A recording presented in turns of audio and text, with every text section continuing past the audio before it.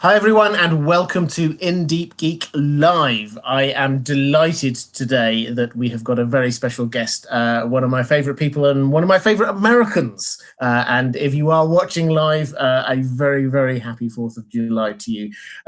Joe Magician, do you want to say hi? Hi everybody. Also, well done England on losing that war. Thank you very much for our independence. USA chant, if we can get that going in the chat, that'd be pretty sweet. Just a few USAs out there would be great. Yeah, I've got my Con of Thrones shirt on. You guys that were there last year at Con of Thrones, you saw me on my panels. I wore my distinctive Tom Selleck Hawaiian shirt, and I'm breaking that out today because we're only a week away, which is way too close, but that's how it's going. Whew. And it's so hot here. It's so hot. And a rather rakish hint of chest hair going on there, if you don't mind me saying. It's just hot. It's just hot. Okay, guys. So, how we're going to do this today is that today's subject is the Kingsguard. We're going to be looking at specific members of the Kingsguard, what the Kingsguard is actually about, whether it serves its purpose, and what I think what I'd like to do is look to whether or not it might carry on with that purpose sort of into the future as well, if we can try and get to that. But we'll structure it as we normally do. I've got a few questions from my patrons. We'll try and pick up as many questions from the chat as we can going through. Obviously, if there's any super chats, we'll get to them as soon as we possibly can. But Matt, why don't we just start with just before we went on air, you were talking a little bit about the setup, the establishment of them, and with Visenya, who was there sort of establishing them for King Aegon. Do you want to just quickly talk us through that first establishment and what the whole point of them is to start with? Sure. So they started off because King Aegon the Conqueror, was he was a little overconfident after he roasted Harrenhal and everybody in the kingdom threw down their swords and declared him king of the Seven Kingdoms. And he kind of didn't really think anybody would try and kill him. I kind of think he maybe bought into a little bit of his own hype a little bit. He's like, well, everybody loves me every town I go to. Why would anybody want to kill me? And then somebody did. And Visenya did her famous, took out her sword and almost killed him with it to be like, look, if I could do this, what would somebody else do to you? Bodyguards have always been a thing. It's a little unusual they didn't really have them. I guess Visenya acted as it, but because of the way they structured sort of their triumvirate, they sort of went their own separate ways most of the time. Aegon, Visenya, and Rhaenys were like rarely in the same place at the same time, so he couldn't always be protected. So she took inspiration from the Night's Watch to create this order of celibate, unmarried men to protect something important. But was really interesting about them and the way they were created is that there's not too many famous people we know from the Night's Watch, right? Like throughout there, we have histories of the North from George R.R. Martin. We barely know the names of the Lord Commanders. We only really know the names of the bad ones, but the Kingsguard for Aegon was more set up to be like celebrities of the Seven Kingdoms, especially because of the way they were created with the Grand Melee in order to determine who would be on it.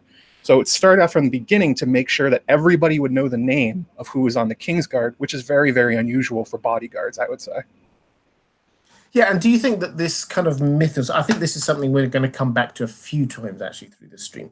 Do you think the creation of this kind of mythos of these being the greatest fighters and the noblest knights and all the rest of it, do you think that that was a deliberate attempt to try and make people think that they were better and stronger and more effective than they actually were? Oh yeah, for sure. The fact that they won a competition to get there is a sort of thing that sort of lends credence to the fact that they are amazing. But that the Targaryens also had a problem right after they won the Seven Kingdoms where they're really outsiders. They have their three-headed dragon sigil, they live on a volcano, they ride dragons, they look like weird magical fantasy elves, and they needed a way to integrate themselves. So having just like a whole bunch of the realm's most famous and best fighters standing in front of Aegon wherever he goes is a really, really good way to make it feel like they're part of the kingdom, that these amazing knights, these incredible fighters chose to stand in front of Aegon. Well, they must be a part of the Seven Kingdoms then, must they? In like a very subtle way. Yeah, exactly. And the choice of there being 7 members as well, sort of That match too. across to this 7 kingdoms.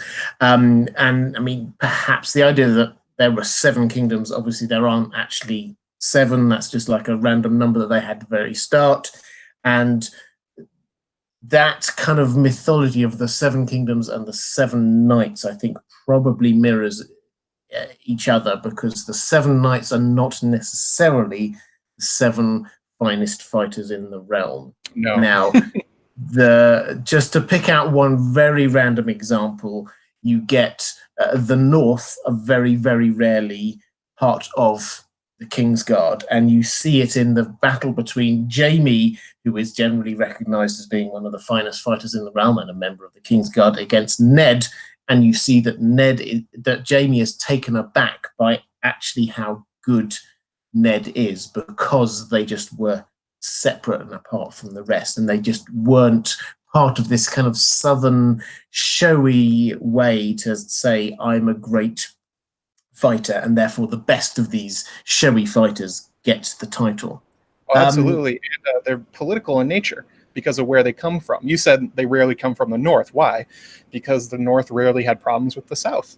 A lot of times, like, they could be seen as sort of pseudo hostages, kind of like Aerys did to Jaime, or a way of creating a connection without a marriage with a famous house. You take like their second or third son, put them on the Kingsguard.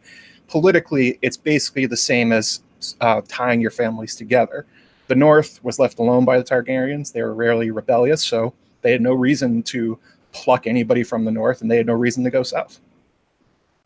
Yeah, I don't think I could agree more on that one. It's the so we've got, and we will come back to this, the fact that the idea that these are the 7 greatest fighters in the realm is from the very beginning a fantasy. These are the 7 political picks for who should be seen as guarding the king. They're not the only people who guard the king, but they are political picks. We had a few super chats. I want to quickly say thank you for Matthew Witham.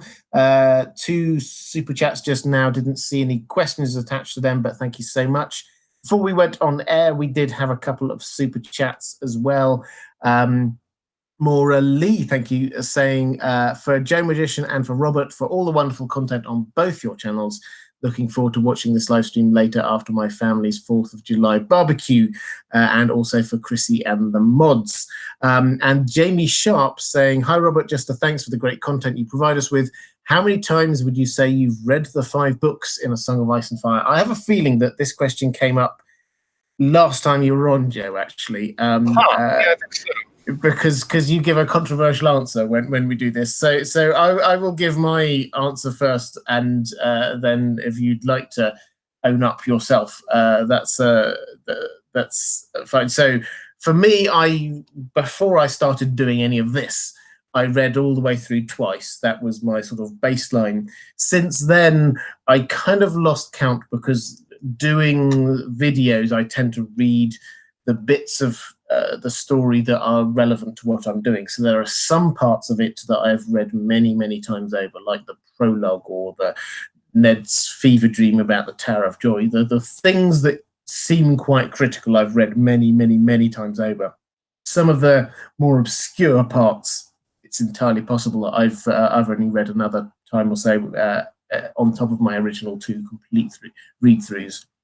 But my plan is, when we get an announcement about the Winds of Winter, then I will start again and work my way through so that I finish reading those 5 in time to read the Winds of Winter. But Joe, you must have read them dozens of times yourself, surely. I mean, how high can you count? That's how many times. Now, cover to cover, each book I've only read once.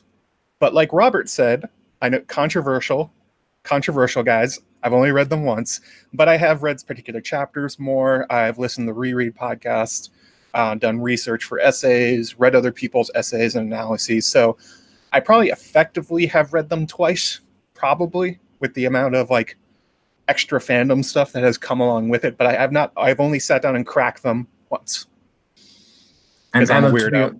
No. I will tease you about it, but to be honest, I think that's the way that these things go, is that to to do videos on a subject, you have to drill down into specific things, and that doesn't mean you have to read them from beginning to end. There are some things that are more relevant to specific subjects than other parts. So yeah, that's fine. But as we're sort of like talking about the Kingsguard today, you may, if you're watching this live, yesterday I uploaded, I was going to say my long-awaited, I think it's long-promised is probably fair, video on the battle at the Tower of Joy. What actually happened there? Why was there a fight at all? So if you've not watched that, feel free to go and check that out. But my spoilers, guys, if you haven't seen it, my general thesis on that is that the reason why there was a battle is that the Kingsguard themselves were pretty much Jobsworths, and that they would follow orders regardless, even when it made no sense, even when they knew that it might be morally wrong. They were the kinds of people who would say that they were just obeying orders. Now, Matt, have you got any, I know you said you watched that video, did you have any particular thoughts about that as a reason why that fight might have happened?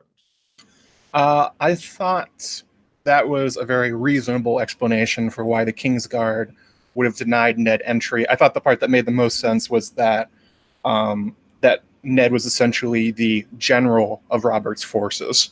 So you could assume he wouldn't do anything to hurt Lyanna, but I don't think you could assume he wouldn't do anything to hurt baby Aegon, like you alluded to, where if you knew Ned personally, you know he never would, but these guys don't know him personally. Arthur Dayne's from Dorne, Gerald Hightower's from Old Town, Oswell Went is from Harrenhal. They probably would have only interacted a couple of times in their lives. Rhaegar barely knew Ned.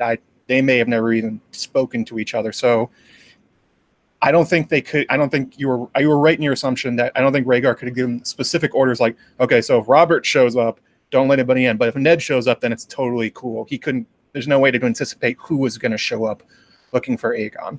So that made a lot of sense to me. Good. I'm glad it did. So my basic thesis is that the orders that they were given by Rhaegar were to guard it against anyone. And because Rhaegar was 100% convinced he was coming back, because that was the kind of guy Rhaegar was, he didn't even countenance for 1 second the idea that he might die or lose a battle or anything like that. He was convinced he was coming back. So the orders were don't allow anyone in, and the Kingsguard had a very, very clear track record of doing exactly what they were told, regardless. The other thing, we talked about this briefly before going on air, the other thing that I suggested as a possibility was that Arthur Dayne wasn't killed in the battle, but actually he committed suicide. Now, I came out with a justification in the video, so please do look at that. It sounds quite left field, but do you have any thoughts on whether that might be a possibility? This is going to be a funny subject, because this was actually the first thing I wrote a theory about on A Song of Ice and Fire, the subreddit. I wrote it about what happened after the Tower of Joy. I noticed the same things you did. When you were explaining them, it was the exact same thought process where I got to my conclusion, which I don't even think is really true, but I'll just say what it was at the time, that I thought that Arthur Dayne survived and basically went back with Ned and Ashara probably, and that's how they gained entry and they gained favor, that they were on board, or Arthur threw down his sword and was like, this is stupid, basically, and that he ended up living in Dorne somewhere. I always thought the inclusion of Darkstar as a character and how much he hates Arthur Dayne was always curious to me. I was like, maybe he actually knows him. Maybe Arthur Dayne is still popping around somewhere. But the thing that always tripped me up, and the thing that tripped you up, is the naming of Edric Dayne, that he's little Ned. So Ned did them a great service. What the exact service was, I go back and forth. People have told me returning Dawn was enough to do that. I don't think that's true. I mean, that's a nice thing to do, but he, in theory, according to the official story, he would have killed their most famous son and their most famous daughter essentially within like a week of each other, and they came out with it like, hey, everything's cool, we love Ned Stark. I don't think that makes sense. So something else was going on there. I tend to think these days it was actually just Ashara. Ned, that Arthur did die in battle, but Ashara told them the real story, and she was the POV that let them into Starfall and made everything right. But your explanation also fits the evidence. Excellent. I mean, I think the one thing that I would highlight is that people say, and I saw it coming up on the chat a moment ago, people say, oh, we can't be sure about what happened at the Tower of Joy because the only account we have is Ned's fever dream. Now, what I would highly recommend if you want to get into the detail of this is if you look at it, you find that, yes, there's a fever dream that we can't take literally, but Ned remembers lots of details about what happened outside of the fever dream. So don't immediately dismiss the idea, or sort of dismiss any concept of that we can know what happened. There are things that we can be reasonably sure about because Ned remembers them outside of his fever dream. And one of them is this throwaway comment, apparently, but also, I think, very carefully worded, which is that there were 10 men there going into this fight.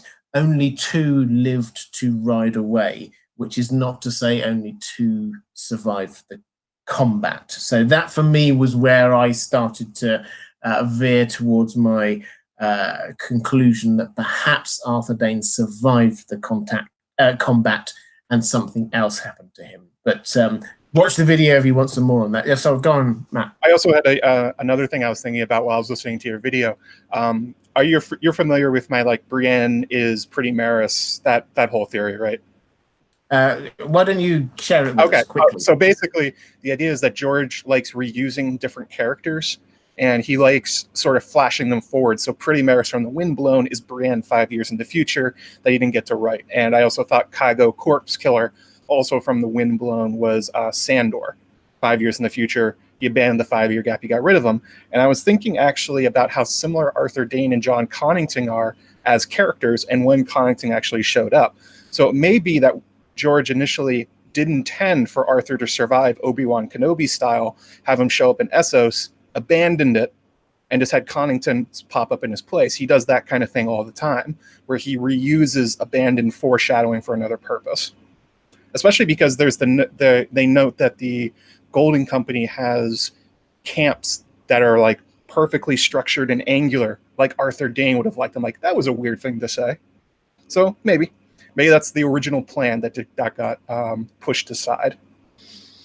Yeah, I mean, I think that there are a lot of things that we could try and take as foreshadowing. George R. R. Martin sort of throws out random things that just add to the depth of the world. So saying that something that Arthur Dane would have approved of this doesn't necessarily mean that Arthur Dane necessarily was involved in it. It might just mean that this is George R. R. Martin showing us a little bit extra about the character of Arthur Dane. We did have Jojo Lady Dane. Hi there, one of my fantastic moderators. Thank you so much, moderators. I say it every time, but I really, really appreciate the work that you do. At Disputed Lands, yes, I did get a haircut. This is my summer haircut, my Con of Thrones haircut. Glad people are liking it. Jojo Lady Dane says, what if Arthur actually killed Ned and Howland resurrected him? Ned says, if it weren't for Howland Reed, Arthur Dane would have killed me, and I learned how to die a long time ago. So what do you make of this one then, Matt? The idea that perhaps Arthur did kill Ned. Arthur probably was a better fighter than Ned, and Howland brought him back. That's not one I had ever heard before. There's all sorts of fun theories about what happened between Howland and Ned and Arthur Dane when it was just the 3 of them left. I tend to think no, probably on that. Mostly because Ned went to go have more kids, something like that. And as far as George is concerned, he said that whites basically cannot have children. Or, no, he said that their bodies no longer function, that they're essentially just sort of walking around like golems. So in order to have children, Ned's lower bits would have to be working, and if he's a white, then they aren't, so he did not. That's probably not what happened. I mean, well, that's a good answer. I like that one. I mean, I think my take is that um, when Ned recalls, I mean, this is something that Bran remembers his father saying to him, that Arthur Dane would have killed him but for Howland Reed. I think that implies to me that Arthur Dane didn't kill Ned. And so, yes, this idea of I learned how to die long ago, it's not I actually did die and was brought back. I think that this was he accepted the concept of dying for a long time ago, and that he would die for a cause, and he was okay with that. I think that actually the fact that Arthur would have killed him allows Ned to come to this conclusion that he'd accepted the fact that he might die because he was doing the right thing in his mind. And that, I think, was where those two kind of sentences square off in my mind. Don't think that Ned was actually killed. This doesn't mean that Howland didn't do some magic. Now, this is the risk of sort of digging too far into this. My next video in this series will look at the second half of what happened at the Tower of Joy, which for me is the most intriguing. It covers things like, what did Ned actually promise? Because it's not just one thing. It seems to be more than one thing that he promised. Why on earth did Ned not return the bodies to the north? This is something, not just a throwaway thing, but George R.R. Martin introduces a character in Barbary Dustin who is so focused on this fact because it was so horrendous to her that it's reminding us again and again of the fact that Ned didn't do something that we would expect him to do. And why did he go straight away to Starfall? So then my next video is going to cover those like second half things, and also the random, did he really pull down an entire tower? Brick by brick, stone by stone. So that's what the next video is going to be doing, is picking up on all those things. And we're going to cover the concept of whether Howland might have done something more than just sort of hang around and talk to people or fight or something like that. Could he have possibly done some magic? So that's a little teaser for the next. I don't know when I'm going to get that next one out, but that's what it's going to be covering. Karis Morley saying, super sad about not seeing John's reaction to knowing he was loved and wanted. But you've made me feel more positive about the finale. Thank you. Well, no, thank you. So yes, this is the one of the saddest things about Ned's story, is that he kept all of this a complete secret, even from the woman that he married, from the child that he saved. No one ever thanked him for what he did. And that is, I find, incredibly sad. The fact that John only, if we're going by the show, only discovers what happened to him and what he owes Ned, his adoptive father, after Ned has long gone, and so never gets the chance to realize quite how much he owes him.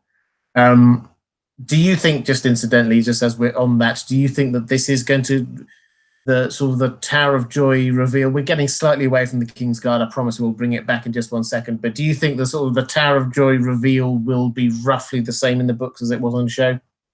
I tend to think so. A lot of times when Martin, he loves introducing magical possibilities and then usually not paying them off. And generally, when you're looking at what happened in a situation, you can make up all sorts of crazy magic ideas. I'm not calling your ideas crazy, Robert, although I know what they are. But most of the time, it tends up being much more mundane, and he just likes making his audience think he might go there. And sometimes he does, but he doesn't do it every time. And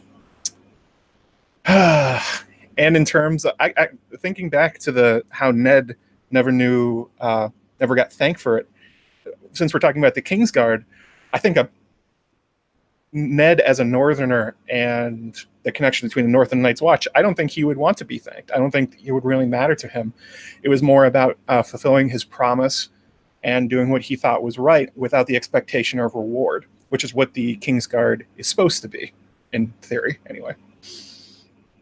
Yeah, I mean, I think that he wasn't wanting the reward or wasn't wanting the thanks, but I think it just adds an extra poignant layer to his story, the fact that he never was thanked for what he did. Maura Lee, thank you so much for the super chat, saying for the drinking fund at Corner of Thrones. Thank you, I very much appreciate that. This is just Diet Coke, but thank you. I got myself whiskey and ginger ale. Oh, well, I don't even know what the time is over there, but cheers anyway.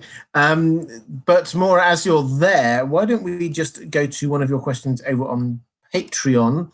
For those who don't know, if you're my patron, then I prioritize questions from my patrons on every one of my live streams. So I give my patrons a chance to put questions in advance. So Maura was asking the quote, "Are there any true knights among you?" which was asked in the Duncan Ed novellas, and then saying, compare and contrast the Kingsguard with the story arcs of true knights like Jaime, Podrick, and Brienne, also Arthur Dane. So this is kind of bringing us back to this concept that the Kingsguard aren't that they're not the kind of the shining true knights that we have, that they are pretending to be. Do you think they ever were? We've already said that at the beginning it was perhaps slightly more showy. Do you think that they ever were this golden ideal? I think it would depend entirely on which king and who he appointed, who he wanted to appoint. So, for instance, most of the first Kingsguard was appointed by Aegon and Visenya. So Visenya was involved, so you assume most of them were political in nature. Also, her idea to stage the tourney. But different kings would probably have different reasons for putting people on the Kingsguard. It doesn't always have to be a political maneuver, but I imagine for most of their lives that most of the Kingsguard were not actually supposed to be, and really in any way, an example of a true knight. They even have higher orders. That's what Jaime talks about, where they make you swear and swear, where he has a conflict where he wants to be a true knight. He wants to protect Rhaella, like you pointed out in your video, from Aerys when he's savaging her after burning, I forget the name of the lord. And the other member of the Kingsguard turns to him and says, like, we can't protect her from him. And it's like, well, so in principle, they're being set up as outside of regular knights. They're being given something that supersedes what every other knight is supposed to follow. So even in their basic construction, you know that they're not actually supposed to be the shining white knights, which makes it more ironic that they do wear their white enameled armor. Well, exactly. And do you think that although disagree if you wish, but there have been true knights through the history of the Kingsguard? Obviously, Dunk. Do you think that the show version that we saw, or the two bits of the show version, we have Brienne and Pod, do you think that represents perhaps a new start for the Kingsguard, perhaps a true knight version of the Kingsguard? Brienne would probably be the very, very closest. Dunk was also pretty close himself, but we know that he obviously broke his vows over and over and over and over again. But I think he probably kept the more important ones. He probably ignored the celibacy ones and took the protect the innocent and, don't mistreat people thing much more seriously than probably most of his brothers. I imagine most of the knights that were appointed by Aegon V were probably of the same kind of person. Brienne, but definitely Brienne. She would be the one most likely to take her vows seriously, especially as we saw in season 8, her reaction to actually becoming a knight. Nobody's going to take it more seriously than her, especially after knowing Jaime and how it affected him.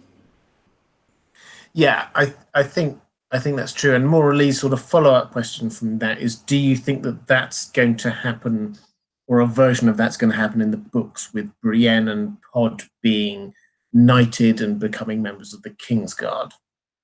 I certainly hope so. Going into season 8, that was one of those things where it had been kind of on the wish list of a lot of Brienne fans for a long time. Like, she'll actually become a knight. She'll actually become a Kingsguard. Most people were willing to settle for becoming a real knight.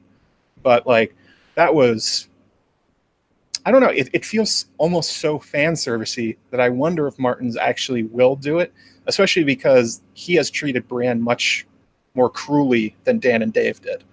So, especially where we left off her story with her face being bitten and eaten by Biter, and just thinking about that makes me unhappy. Thinking about that whole scene. But yeah, I certainly hope that's where Brienne will end up, and for Pod as well. Although Pod is much younger in the books. He's like Arya's age or something close to that. He's really not a quote unquote man yet in the way that the actor that plays Pod is. So visually, it would be harder to pull off, but you never know. Jaime was named at what, like 16, so it's possible. Yeah, I think I would agree. I mean, Pod, I think, is a slightly longer shot. I think that they just wanted to provide a closing shot of him for the show that showed some kind of end to his arc. He never really had a strong character arc, Pod, on the show, it has to be said. But becoming a knight probably was where they viewed that as ending. For Brienne, I have to admit the bit that slightly, or the two bits that slightly jarred, there were some things about what she wrote up about Jaime in the White Book that I didn't particularly like. But what they didn't seem to explain was why she suddenly was a member of the King's, or Lord Commander of the Kingsguard, when previously she'd been sworn to the Starks in the north. Surely Sansa would have a Queen's Guard up there, and as Queen of the North, why was Brienne not the Lord Commander of the Queen's Guard? So I do wonder whether, if we're going to follow the same broad arcs in the books, whether Brienne might end up in the north rather than being part of some kind of reconstituted Kingsguard in the south. Could you see a reason why she would suddenly transfer back down to King's Landing? I imagine it would just be like a favor from Sansa, where it would be everything Brienne would ever want but would never ask for. And Sansa would probably be one of the few people that may be able to release Brienne from those vows, being Cat's daughter. So if she wanted to do Brienne a huge solid and let her become a member of the Kingsguard, then I could see that squaring with, at least with Brienne's internal logic, especially since she would be serving a Stark anyway in Bran. Yeah, well, yeah. I mean, one can argue about whether it truly is Bran anymore. I think that he probably claimed that it isn't Bran, but body then a Stark body. Yeah. Okay. Well, let's take a slightly broader question then from anime lover Nicole, who's saying, "Who is your favorite person in the Kingsguard from the sort of the beginning of the books or Robert's Rebellion, and who is your favorite in the histories?" Well, I'm going to go.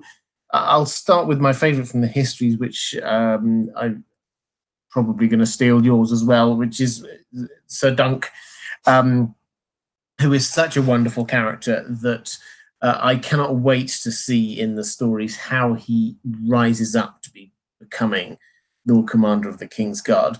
Yes, obviously he will be an appointment from Egg, but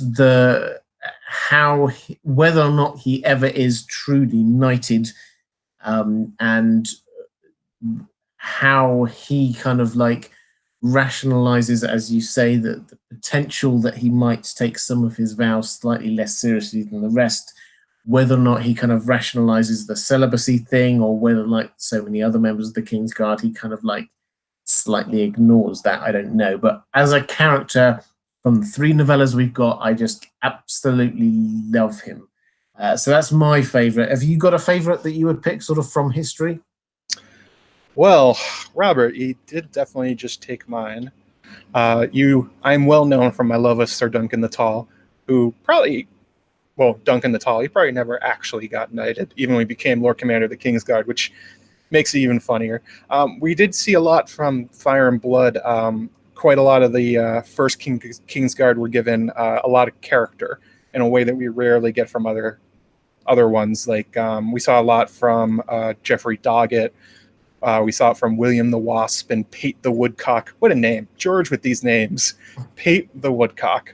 Okay, sure, let's go for that. But yeah, it's Duncan the Tall. Everything you said, he's a wonderful, wonderful character. I can't wait to see the rest of his story in particular. And also, honestly, because we don't know much about the rest of them. Like, most of the rest of the Kingsguard are kind of in name only. We see a few from like Kristen Cole or Ryan Redwine, and there's some other names that hang around, but it's basically just them. So George has not done a lot in making historical member of the Kingsguard accessible in a way to be a massive fan of, I would say. Yeah, and we've had a super chat actually just saying, side note, this is from Andrea Snow, saying, side note, the first Kingsguard was not created in a competition. Jaehaerys the First's Kingsguard was created in a competition. That was following Maegor the Cruel, and they went down from 7 to, I think, 2 remaining Kingsguard at that point, and then they threw a competition. So, that's right. Crap. Whoops. Yeah, it's a good clarification. I think the first ones were just picked. That this is Fire and Blood Part 1, so details there. It may well be that I think 1 or 2 of them did perform particularly well in competitions in tourneys, which was where we probably got that bit from. So, but thank you, a good clarification there. Vienna Wells, and so thank you, Andreas Snow, for that super chat, and Vienna Wells, thank you for the super chat as well, saying she did not make, this is Brienne, she did not make an oath to Cat, but Bran is a Stark for her, although it makes more sense that she stays with Sansa. Also, we don't know what is going to happen with her and Lady Stoneheart. That's a really good question. So we've got Lady Stoneheart, well, where we left it with Brienne in the books, slightly confused. She was there effectively being caught and hanged, but then we do see her just a little bit later. So what do you, I mean, this is speculation about Winds of Winter, but with Brienne, how do you think she's going to get out of this situation with Lady Stoneheart? That's a tough one, because I think most of us agree she probably will, and probably Jaime as well. That's probably, I don't think that will be the end of either of their stories. I'm not sure. It's hard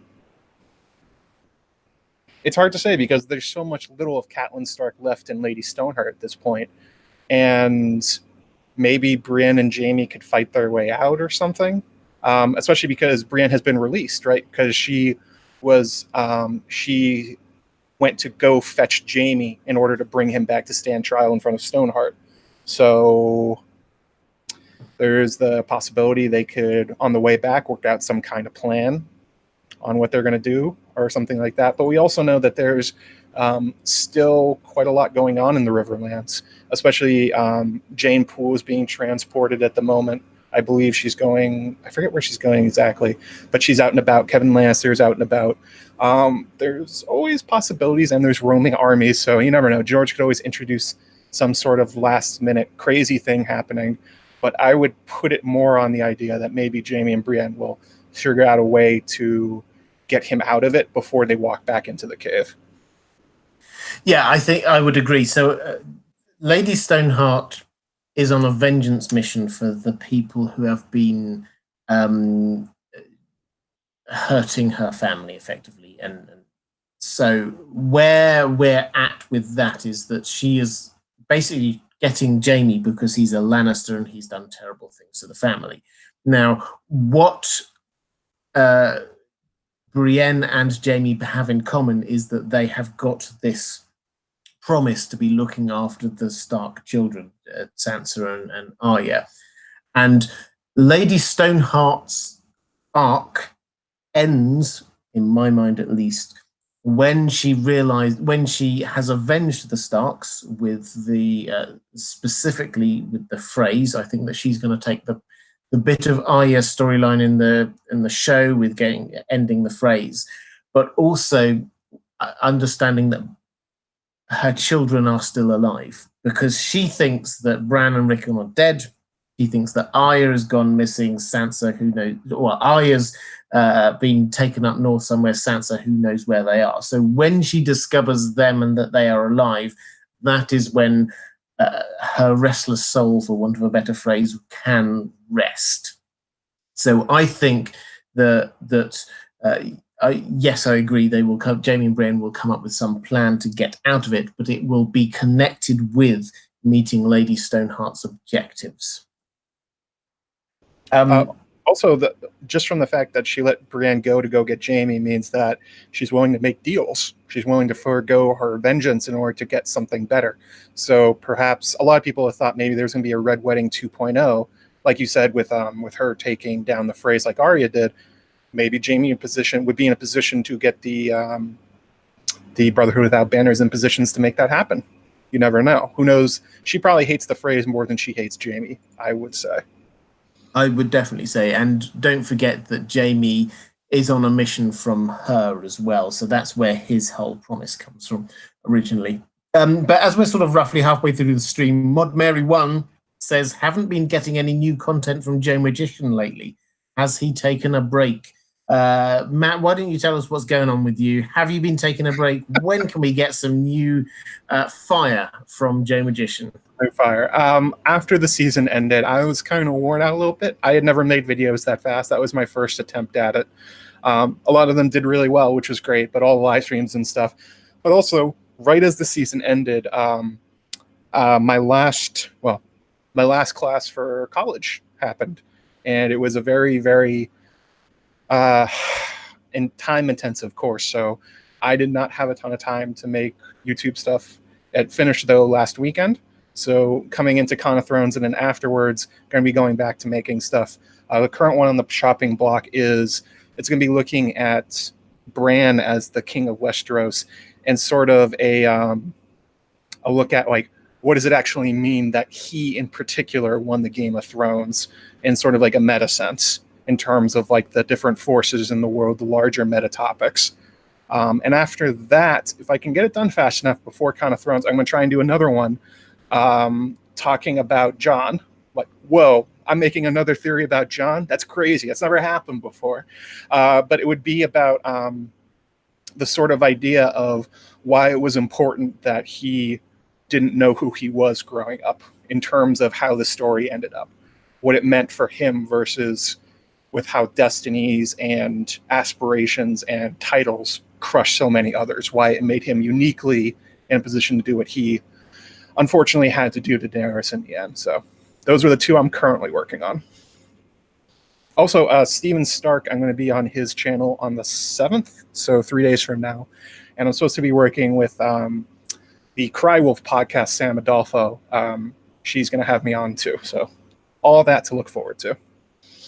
Excellent. Well, so Joe, I often refer to as the polymath of the Game of Thrones community. He does everything. He's on every channel and every podcast and every website.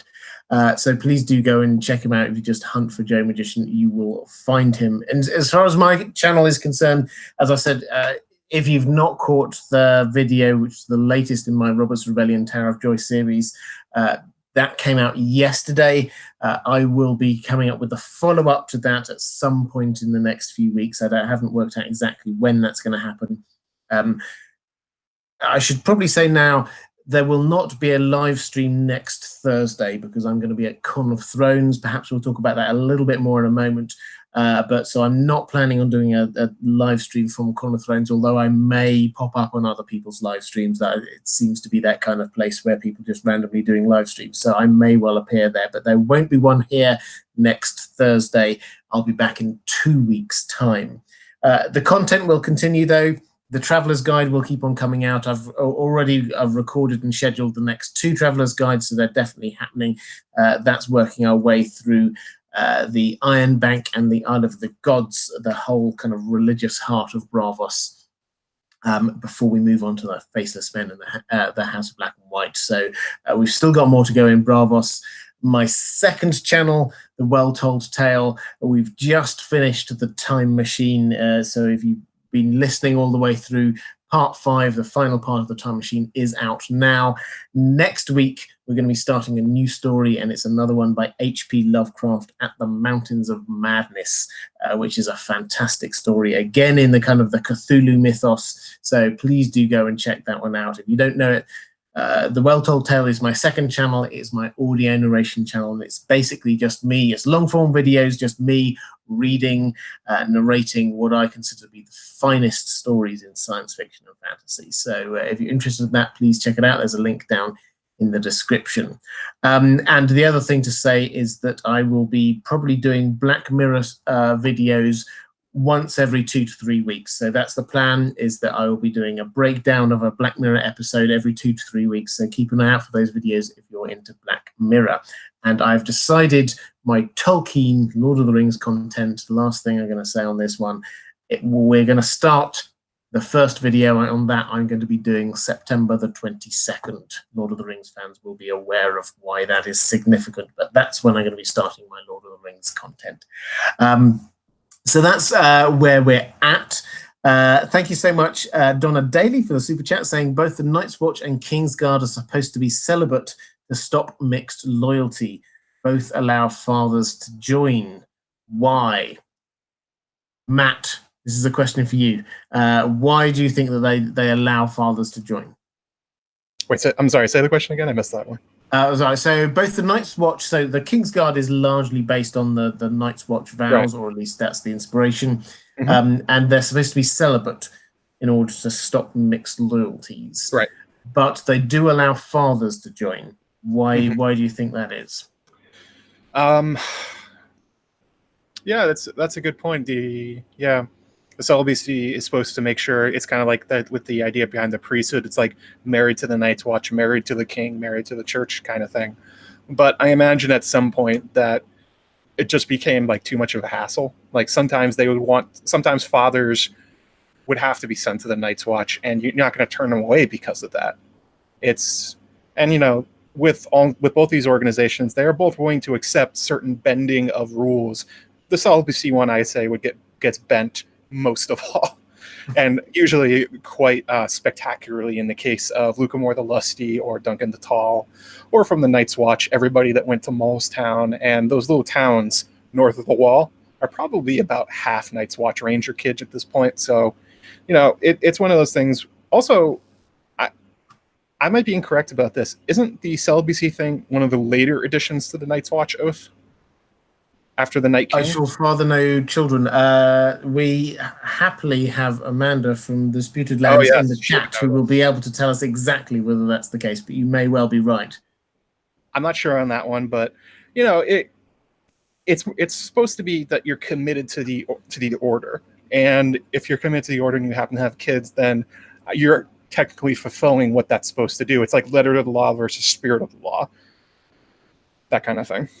Yeah, so I mean, I think I would agree with this. So with the fathering no children thing, the Night's Watch is obviously much larger than the Kingsguard. There's only ever 7 members of the Kingsguard, and that was, you did have to do things in secret.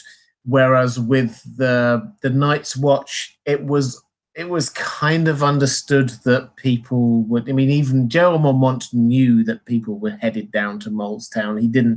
He just like kind of accepted it as just how you keep order. You do this.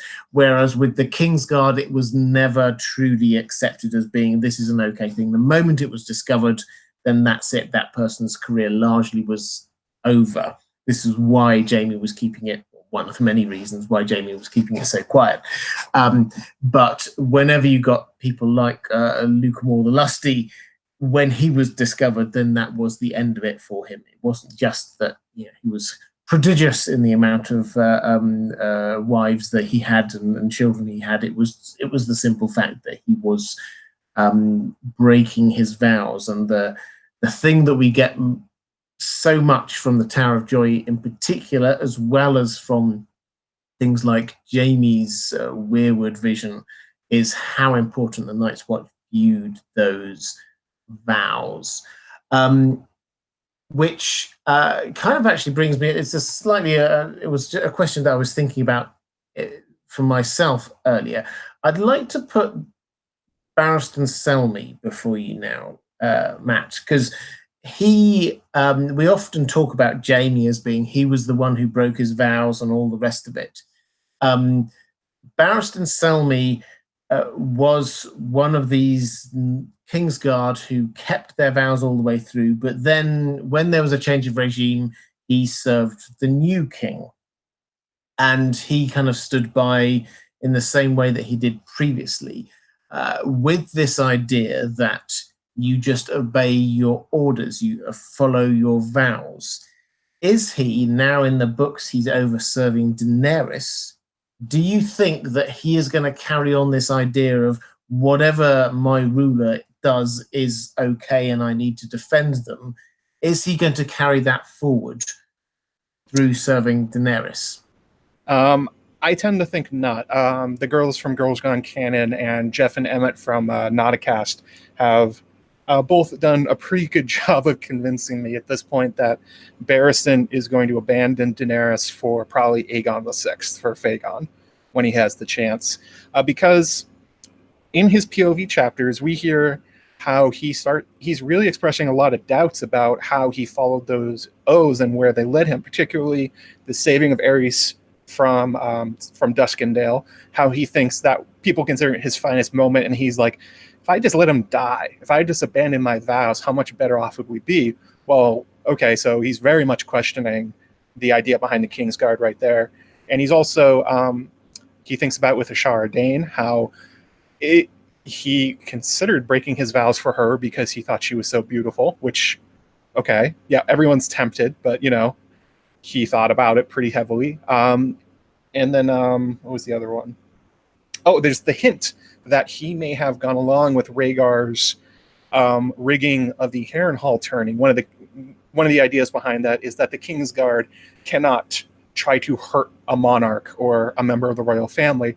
So when Rhaegar took him and I think Arthur Dane down in the joust, many people think that those two took dives in particular. And so throughout Barristan's life, he sees himself as following his vows as enabling horrible things that have happened in the world. So logically, if he comes up against Daenerys setting herself up to do something that he considers awful, he, especially since he's been freed from his vows and had a lot of time to think about them and he's been questioning them recently, he'll probably go the other way, especially because he values Rhaegar as a person so much more than, unfortunately, it seems like Daenerys. Yeah, I mean, I think this is a fascinating discussion, which I was really interested to hear your thoughts on it. So, the idea that he might abandon her for Aegon the Sixth, Fagon, is a fascinating one because it adds to the idea that actually the invasion by Fagon is going to be massive and hugely important, and that is going to be the kind of thing which will change the shape of the books compared to what we had in the show. What the only thing I would kind of add to that is the fact that actually we get in the books Barristan or Sir Arlen as he's hiding, watching her for some time before he kind of outs himself as who he is. And the reason why he's doing that, he claims, is that he wanted to try and figure out whether she was like her father, whether she was going to be like the Mad King, which seems to imply that he's had enough of serving people like the Mad King, and he's actually going to be breaking his, he's going to make sure that he serves a king that is good and right and just. And the hints certainly seem to be that Fagon has been raised to be this great and perfect person who is fit to be a ruler. Daenerys seems to be heading, whether we like it or not, on a road that's going towards darkness. Now, that doesn't make her entirely dark. There's a whole other area there, but she is being constantly reminded, fire and blood, remember you're Targaryen and all the rest of it, and we know what happened in the show. For sure. I would say one of the bigger hints that I found when I made my Daenerys video that some people did not like for obvious reasons was that in the book, she spent most of her early reign as queen as a leader trying to be the anti-Viserys, because, you know, that was her brother, her father, her teacher. He was everything to her. So when she had her chance and she hated him and how he treated her, she kind of tried to go the other way. But throughout A Dance with Dragons, she has started to, unfortunately, start mimicking his behavior and seeing the wisdom in some of the brutal ways that Viserys tried to enforce his power, and she routinely calls herself Maegor a descendant of Maegor the Cruel, not Jaehaerys the First, not Aegon the Conqueror, not Aegon the Unlikely. She calls out Maegor. So it's, yeah, I think there's a very good chance that as she starts slipping that way, and as Barristan is in a position to see that more than almost anybody else living, yeah, I think there's a really good chance that he swaps to a different Targaryen, one that he thinks is less likely to do the kind of horrible things that Aerys did. Yeah, I think I agree completely with that one. We did have an answer from Amanda, Disputed Lands, in the chat, saying there is a theory out there that suggests that fathering no children was later added to the Night's Watch vows. Hasn't been confirmed, but the oath is suspicious due to a change in tone and the fact that most of the things mentioned were things the Night King did. Right. Fathering no children, taking no wives, wearing no crowns, etc. When Amanda was on, this was probably a year or so ago, I had Amanda on this channel for a live stream, and we were talking through the Night's Watch vows. And this was one of the ideas that we were playing with. So Amanda brought all the knowledge to this one, but you get the Night's Watch vows are in two different styles. There's a kind of a break partway through, and the hint is that perhaps what happened with the Night's King in the books, this was the 13th Lord Commander of the Night's Watch, who did lots of nefarious things. Perhaps that other bit was added on there as a reaction to him. So as Amanda says, it's swearing not to do the things that he did. So yeah, that's entirely possible, and the fathering no children thing is a big part of that too. Morgan R.R. Hayes, thank you so much for the super chat. I didn't see a question attached to that one, but thank you anyway.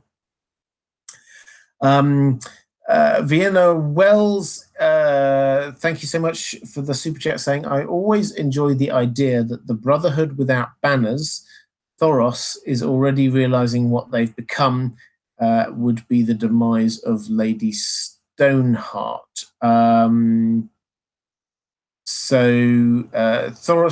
of Myr is realizing what the Brotherhood without banners is becoming under Lady Stoneheart. So for show-only people, what happened was Beric, although he survived for a long time on the show, Beric effectively gave up his life to bring back Lady Stoneheart. She took on the Brotherhood without banners. There was a bit of a split going on. She led the sort of the continuity Brotherhood without banners, who are all about avenging the Starks, and then some of the others sort of like went off, Thoros, I think, among them. Do you have any thoughts on that? The idea that that Thoros might have some part in the demise of Lady Stoneheart? That would make for a nice. He started her. Well, no, he gave Beric life. Beric gave Stoneheart life. If Thoros was then the one to take back that fire of the gods sort of thing, which is basically what animates him animates her at this point, then I guess that would make some thematic sense.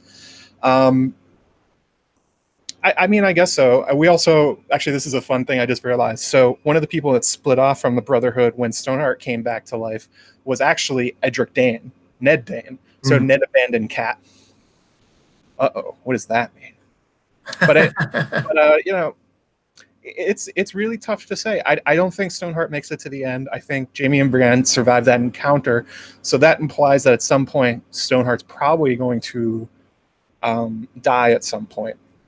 And if the example of Beric, maybe she will give her life for somebody else if she comes across somebody that she thinks should not have died. Like, I don't know, maybe like Jane Poole or something like that. You never know. Yeah, Jane Poole would be I mean, not Jane Poole, Jane Westerling, I'm sorry. Yeah, that might work. John Lamb over on Patreon is talking about the Kingsguard, saying that they are regarded as the finest knights. They're sworn to protect their king and the royal family with their lives, obey the commands, keep secrets, sworn for life, forbidden from fathering children, etc. Jaime broke these vows by fathering children, killing his king, and abandoning his post in the show, and it looks the same in the books. So he was never suited to be in the Kingsguard, let alone lead them. How do you see it panning out in the books for Jaime? So I think this is a really interesting question. So Jaime, I think, is one of these, an example of George R. R. Martin playing with this idea of the sort of the true knight. I'm not saying Jaime is the true knight, but he actually did the right thing a few times and was viewed as being completely against a traitor to the Kingsguard. Because it's fresh in my mind, when you get Ned's fever dream, the one of the two big things that the members of the Kingsguard who are there at the Tower of Joy are saying is about how Jaime is, they are sticking to their vows, even if Jaime has just abandoned them and he should be rotting in seven hells and all the rest of it. So they view him as this huge traitor, and yet he is probably the most honourable one among them, simply on those terms. So I think this is George R. R. Martin playing with this idea of the sort of true knight, and the Kingsguard are not. They have fallen so far short of what being a true knight actually is. Do you think, Matt, then, that we can take anything from this idea of the true knight, or Jaime not being either not being a proper member of the Kingsguard or actually being better than the Kingsguard, as some kind of hint for where his fate might end up in the books? That's a really good question. I mean, it goes to the heart of his. They make you swear and swear, and which vows do you pay attention to? Because I think a large part of Jaime's life has been that he has not really made active decisions about what he really wants to do, where he's just sort of been like kind of coasting along, where even his appointment to the Kingsguard was largely, it's hinted at, as a result of Cersei sort of planting an idea through Varys to Aerys to make it happen, to make sure that Jaime stayed there. Now, Aerys did it for different reasons, but Cersei notes that there was a time when she did trust Varys and that trust was broken. The Jaime thing would make a lot of sense with how that all went down. It's a good question, and it sort of gets to the heart of basically the Duncan Egg books. When you look at him in comparison to the quote-unquote knights he encounters, which one of them is the real knight, and what does it even really mean to be one? And if it gets down to its core and it's protecting the innocent and keeping your word, then Jaime's done a better job than most, I would say. Like, obviously pushing Bran out of tower is a bad thing. Don't do that. That's not a great way to protect the innocent. But especially with the influence of Brienne on him, it seems to be that she's having the largest impact on his storyline. So I would say where Bran goes is probably where Jaime goes for the most part as a character arc. And this is a controversial thing from season 8, but I do tend to believe that Jaime will come close to what he did with Brienne, with staying with her and maybe coming close to like finally breaking free from Cersei, but eventually going back, because while he is in some ways kind of honorable and he does sometimes protect the weak, he is also the same dude who shoved a person out of a tower. So, he's not going for a total like redemption arc. He's not going to be a great person in the end, but I don't know. It will be very complicated. I'm sure it will be heartbreaking, as it was for when show Jaime left show Brienne. Yeah, as we're on the fate of Jaime, let's go with this. So my view, and I suspect it's many other people's views, is that season 8's greatest sin was rushing storylines, and one of the many that they rushed was the Jaime Brienne relationship, and we had one scene where they got together. We had another scene where Jaime and Tyrion are talking, and Jaime says, "Oh yeah, she's moving in." and then we had another scene where Jamie was going, and that was it. We didn't actually ever really see them in a relationship, even though the timelines would seem to suggest that this was they were living together for weeks, if not a couple of months or so. So we never actually saw that, and it gave the impression that it was kind of like a one-night stand, and then he went back again. So this was actually the issue that was there was the fact that we did not see that this was a long-term thing, that Jamie, having finally reached this thing that he thought perhaps was going to be this end state for him, comes to the conclusion that actually he can't quit Cersei. And they didn't, they rushed that in one scene, and if that had happened over the course of a few episodes, then I think we would understand it a lot better. That doesn't mean that I think that the whole the way that they ended it, that there was a particular line of dialogue when Jamie was saying, I never really cared about the small folk of King's Landing. That didn't land at all well with me. But I think that there is, whereas I had before the season been 100% on this Jamie redemption arc bandwagon for the books, I now think, yes, okay, it's possible that they might, or George R. R. Martin might take him that far and then he regresses. It's a possibility. So, I mean, from what you're saying, you share that view that he might also regress in the books. Yeah, and I would say he hasn't really progressed as much as people think, because a lot of the Jamie redemption arc is sort of started in Feast and Dance, where he's going around and thinking about, like, I'll be Arthur Dayne, I'll make the people love me, I'll be a better person. But at the same time, he then threatens to put a baby in a catapult and toss it off a castle wall, and says internally, yeah, I would do this because it means getting back to Cersei. So he's a very complicated person, and he's not totally evil, he's not totally good, but in the end, he tends to try and follow what his heart thinks. And unfortunately, his heart kind of always, its compass always points back to Cersei, no matter how awful she is. And I think that says a lot about him. But it may be funny. I thought this for season 8, and I was disappointed it didn't happen, but I kind of thought that Jamie would be in the position to do something good for terrible reasons, because that he tends to do that kind of thing a lot. Like maybe like in the Azor Ahai Nissa Nissa position, or do something terrible, kill somebody innocent because he did with Aerys, where he committed murder to save more people. It seems like he's the kind of character you would create to do that, where in the end it would be a horrible act for a very, very good reason. Yeah. And just in terms of playing with this idea, as I say, prior to season 8, I was fully bought into this idea that Jamie also was the Valonqar, and he would kill Cersei in saving King's Landing, and he would finally get all of the plaudits for doing what he did previously. And I really like that symmetry. Just playing with that idea that Jamie's arc might not be quite as clear cut.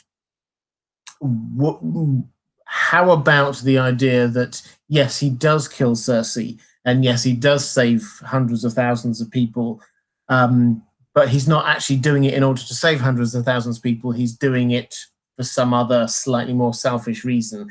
And he gets the credit for something that actually that time he didn't deserve, whereas previously he didn't get the credit for something that he did deserve.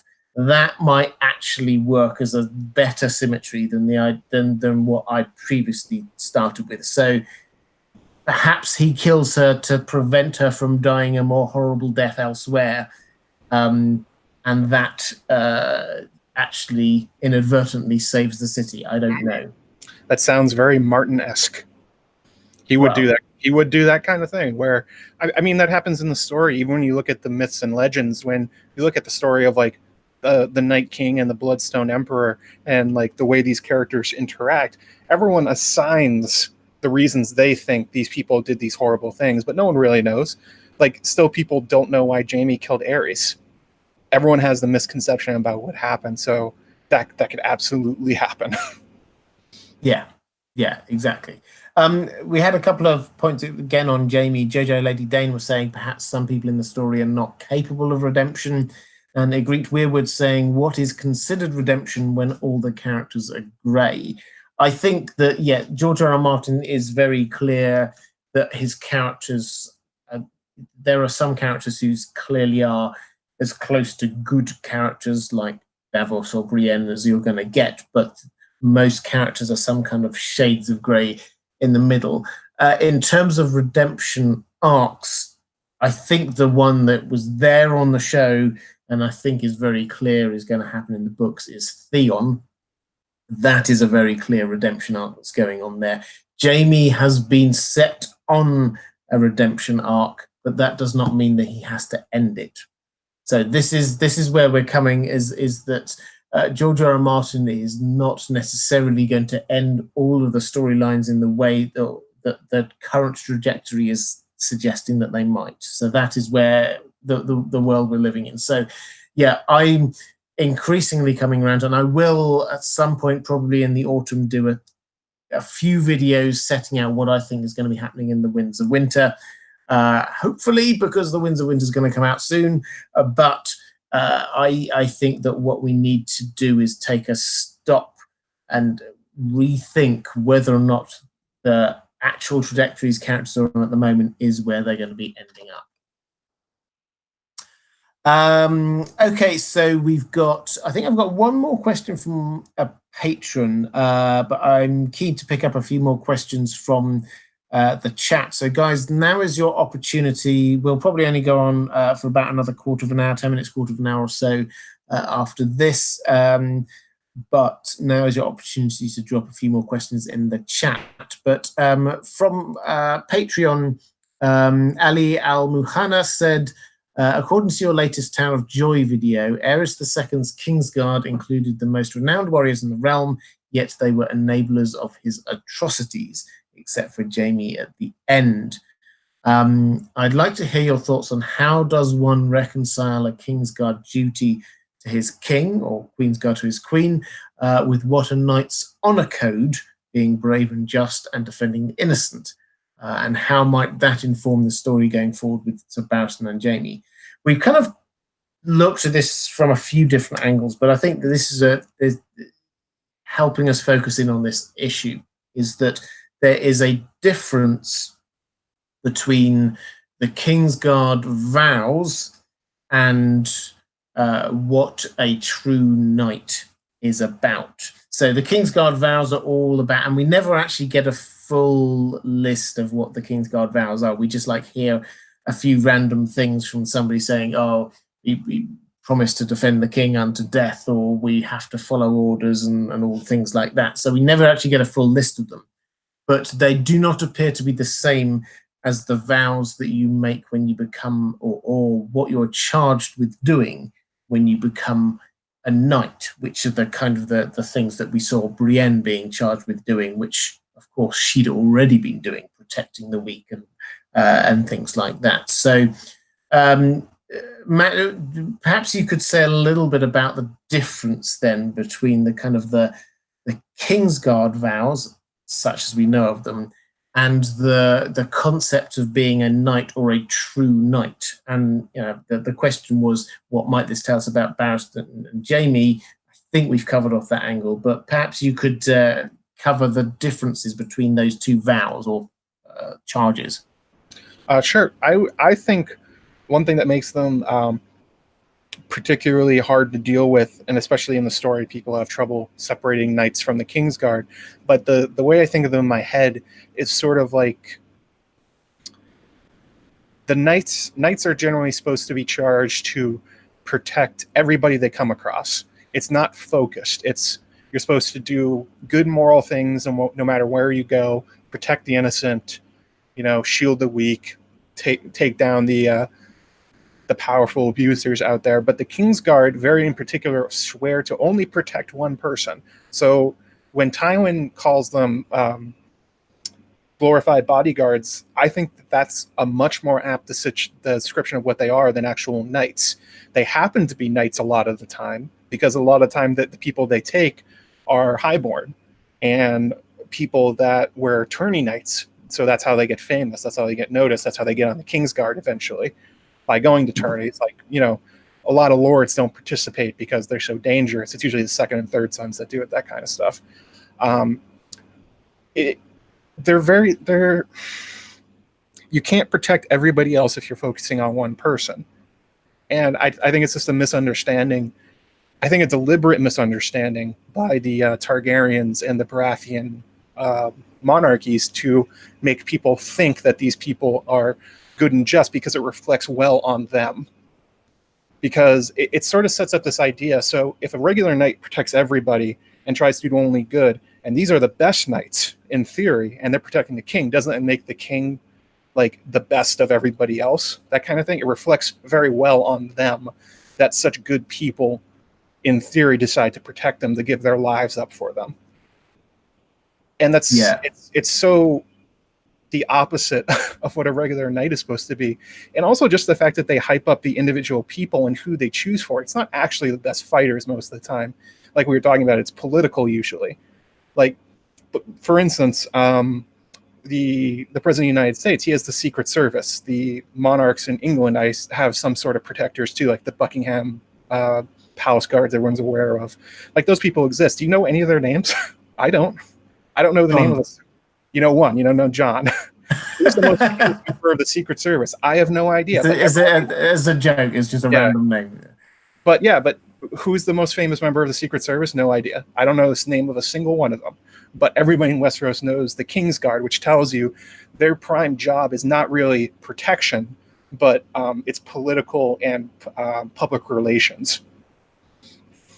Yeah, I agree. I think that their job is protection, but they are not chosen for being the finest protectors. That's the more like the first Sword of Braavos, where you would get when you get Syria Farrell, who gives his story about how he was chosen. It was because he noticed stuff that others didn't. He was a fine fighter, but it was actually about how he noticed things that others didn't notice, because that was the kind of skill which would be needed for the protector of the Sea Lord of Braavos. With the Kingsguard, it is up to the king what they think is useful. So I think that this is that with the Hound, Sandor Clegane, this comes very clear, because yes, he is big and impressive and all the rest of it. So it's the looking impressive and scaring everybody is part of it. But actually being a knight was not, because he was never knighted. So there is a clear distinction between the vows that you make, or what you're charged as doing as a knight, and actually being part of the Kingsguard, as you say. Like, it's a glorified bodyguard, but it's a politically chosen glorified bodyguard. I would also add that we talked about this before we went on stream, but they're much closer to the idea from ancient Rome with the Praetorian Guard and Caesar's protectors, which function much more as almost a private army than they were than a public service. That's sort of how they're presented. The Kingsguard are a public service, but they're actually much, much closer to a private army within King's Landing that only the king can command. They go out and do awful things like Joffrey commanding them to beat up Sansa. All the other terrible things that the Targaryen kings and the Baratheon kings ordered them to do is not normally something that would happen. It's very much a misunderstanding on what the job is from the public, a deliberate one. Yeah. Okay, I've got a couple of questions from the chat. Let's pick up on them. We've got one which I know you will have thoughts on. John Weber saying, is Arthur Dane Mance Raider? Or indeed Corin Halfhand or anyone else? No, he's not. He died. One way or another, he died in Dorne, probably at the Tower of Joy. Robert has different reasons for how he thinks he died, but I think we both agree that he is 6 feet under, and that the point of Mance and Corin Halfhand appearing to be like Rhaegar and Arthur is because George wanted to write about them, but he couldn't because they're in the past. He decided they were dead. So instead he wrote characters who are similar in a way to let out his creative expression, which he does sometimes do. Yeah. I mean, I agree with this. It's I see very little evidence that this could be the case. And there was a little bit of conversation in the chat I saw about whether or not people would recognize Arthur Dane. I think that the question of whether people would recognize him, he was one of the most recognizable people in the land.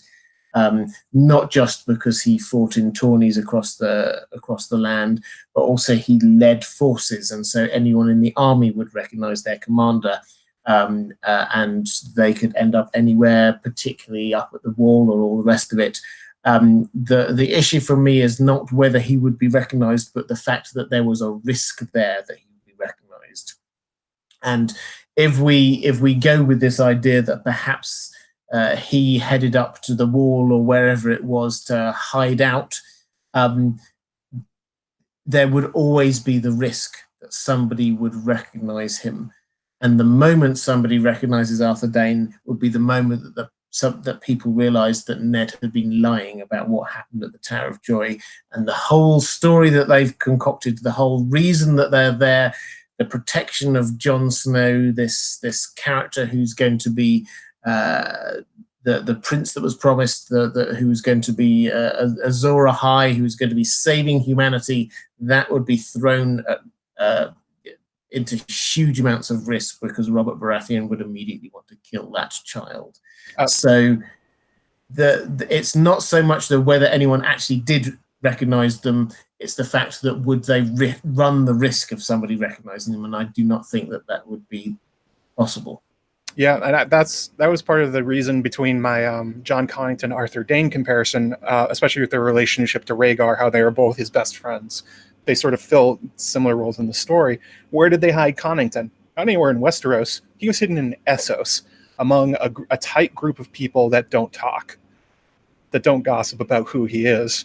And they dyed his hair. And it took Tyrion, one of the smartest people in the story, to spend lots of time with Connington to realize who he actually was. That would be the safest place to put him. Everyone that wants to be hidden and they want to keep it like safe, most of the time they send them far, far, far away, like the north in Winterfell, or they send, but you couldn't do that because, like you said, with Arthur, but Essos is where you would send somebody like that if they were actually still alive, especially because the Night's Watch is full of what? Military veterans. Yeah. Exactly. So that would be a place that someone like Arthur Dane would very probably be spotted.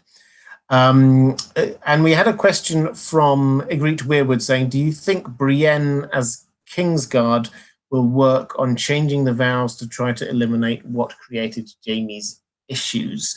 This was, I think it was Maura Lee on Patreon was also asking whether or not she might break the wheel in how the Kingsguard is perceived or their rules of conduct.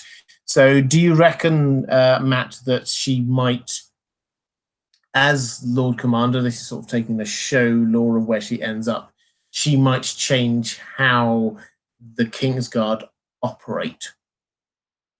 I think there's a very good chance of that.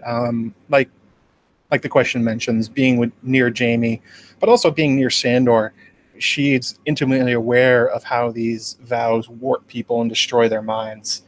And I think it would actually be much more Bran who would enable this kind of thing because of his total knowledge of history thing he has going on. He can go back and watch all the Kingsguard and see the failures. I mean, that's one of the more hopeful things about his kingship. Isaac has said it will happen in the books too that George told him. So one of the things that makes me hopeful for him as king is that his ability to see all this stuff means that maybe he will correct these systemic things where he can. And Bran would be in a perfect position to advocate for it, I would say. Yeah, so I think Brienne, by her very presence as Lord Commander of the Kingsguard, is changing the way that they operate, because women couldn't become knights, and therefore the fact that she was not only a knight but the preeminent knight in the land immediately throws that into question. And the kind of the hints are in the show version of events with her, and also with Sam becoming the Grand Maester, that he was effectively married and had kids. And although they showed him with a huge chain around his neck, he'd not earned all of those links on that chain. He would also, by his very presence, be changing the way that the maesters work. So I think what we were trying to be shown, or what they were trying to show us, was that yes, there were big changes happening, and that is happening because the people at the top are radically different people to their predecessors. Okay, guys, I think we're going to start bringing this to a close now. Matt, do you want to let us know? We'll probably pick up on maybe one more question, but do you want to let us know where we can find you on the internet? Sure. So first place is obviously my YouTube channel, youtube.com/JoeMagician. You can also find me on the Maester Monthly podcast. I'm actually a Reddit moderator for the Song of Ice and Fire board, and my fellow mods and me put on a podcast where we read our favorite posts from the last month-ish. It's monthly-ish, and react to them, and that's one of my more favorite things to do. We do get serious, and we do talk about things in a high-minded way, but we also get fairly ridiculous, and it's a lot of fun. You can also find me on Watchers on the Wall, where I'm a feature writer for them, and I've been on the Knights Cast a few times. Actually, we'll be doing both of these podcasts. We'll be doing live episodes at Con of Thrones coming up, and on Twitter I actually changed my handle because I got tired of having numbers in my name. So now I'm at the Joe Magician instead of Joe Magician 42. You can find me there. Yeah, all that stuff. And obviously at Con of Thrones coming up in a week, I'll be on, God, how many is it? I think it's 7. I think it's 7 panels I'm going to be on. I'm going to be a busy guy. That's what I'm saying. Let me grab the link right here. I'm going to drop it in the chat if that's okay. Absolutely. Well, I'll talk very briefly about Con of Thrones. So, guys, next week there will not be a live stream on my usual Thursday. I'm going to take the week off.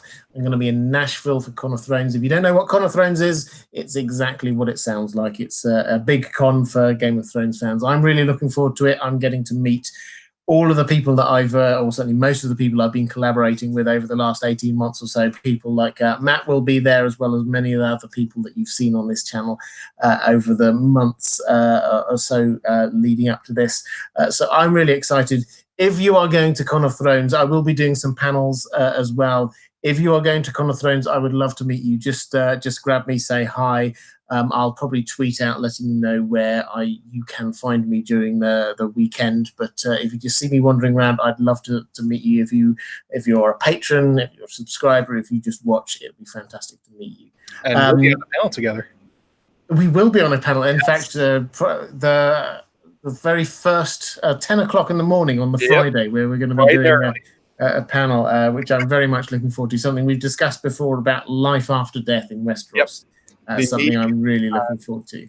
Gray Area and my fellow mod, Fat Walda, 10 a.m. bright and early. It's gonna be interesting. It's gonna be a good one. Robert has some ideas he wants to talk about. Mostly, from what I understand, Qyburn and Gregor Clegane. Qyburn was right. Everyone needs to know it. Robert has called Qyburn and Gregor Clegane, so that's his. Yeah, they last about 50 minutes. Just sort of talk about the topic. It will be a great time. There's time afterwards. You want to come up and say hi, give Robert a hug. I've also heard rumors that Robert's very tall, so don't be surprised by this. I wouldn't say very tall. Robert is extremely tall. Moderately tall. Moderately tall. Don't want anyone to get their hopes up. Okay, guys, I think we're going to call it an end there. Matt, thank you so much. I'm really looking forward to meeting you. This time next week, I'll be embracing Matt in the slightly awkwardly long hug. It's going to be great. I'm really looking forward to it. But guys, if you're not watching this live, if you're watching it back later, then appearing somewhere here very soon will be a link to some of my other live streams if you want to watch them. Appearing somewhere here will be a link to my Patreon page. Patrons, thank you. I can't do this without your support. If you're at all interested in supporting the channel or getting access to some exclusive materials that I produce, extra audio narrations and things I produce for my patrons, then the link will be appearing up here. Thank you again, Matt. Thank you, chat. I'll be back in 2 weeks' time with another fantastic guest and another live stream. Take care, everyone, and I will see you soon.